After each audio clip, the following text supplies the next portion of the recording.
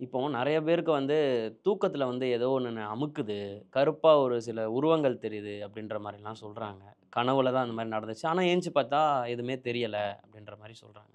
இத வந்து sleeping paralysis அப்படின்னும் சொல்றாங்க. ஆனா இதுக்கும் ஜோதிடத்துக்கும் ஏதாவது சம்மந்தம் இருக்கா? இல்ல ஜோதிடத்துக்கு அதுக்கு சம்மந்தம் இருக்கிறது வந்து சனி, ராகு, சந்திரன் ராகு, சந்திரன் கேது, ராகு கேது சந்தி இதெல்லாம் வந்து தூக்கத்தில வரக்கூடிய நோய்கள். அல்லது சுவாசத்தில வரக்கூடிய நோய்கள். அல்லது மனம் சம்மந்தப்பட்ட நோய்களை குறிப்பிடுகிறது. அப்ப சனி, ராகு, சந்திரன் ராகு, சனி கேது, ராகு கேது சந்தி. சில நேரத்தில புதனையும் எடுத்துக்கலாம். இந்த கிரகங்கள் பாதிக்கப்படும் பொழுது சிந்தனை வழியாக வரக்கூடிய தொந்தரவுகள். நெறைய பேர் நெறைய முரட்டுத்தனமா தின்றுவாய்ங்க. கழுத்து வரையும் தின்றுவாய்ங்க. அவங்களுக்கு நைட்டெல்லாம் உருண்டுகிட்டே இருப்பாய்ங்க. தூக்கம் வராது. முழிச்சு முழிச்சு பார்ப்பாங்க. ஏதோ தப்பு தப்பா நடக்குமேன்னு தோணும். அப்ப நைட்டு தூங்குறப்ப வாத பொருள்கள் சாப்பிடக்கூடாது.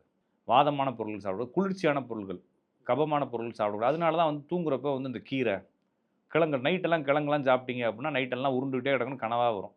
காரணம் என்ன? உள்ள க க அந்த வாயு வந்து வேலை பார்த்துட்டே இருக்கும். தூக்கமே விடாது நம்மள. எல்லா இடத்துக்கும் வாயு தப்பு தப்பா போய் லாக் ஆயிட்டே இருக்கும். அப்ப அந்த விஷயத்தில நீங்க உடம்பு விஷயமா பார்த்துக்கணுமே தவிர, அப்ப ஜாதகத்தில இந்த மாரி தான் தான். பொதுவாக மன அழுத்தம் வரணும்னா ஜாதகத்தில இல்லாம வராது. உங்களுக்கும் எனக்கும் ஒரே தூக்கம் தான் வருது. உங்களுக்கு எனக்கும் ஒரே கனவு வந்தாலும் என்னுடைய ஜாதகப்படி அந்த கனவை நான் வேற மாரி ஹேண்டில் பண்ணுவேன். உங்க ஜாதகப்படி நீங்க வேற மாரி ஹேண்டில் பண்ணுவீங்க.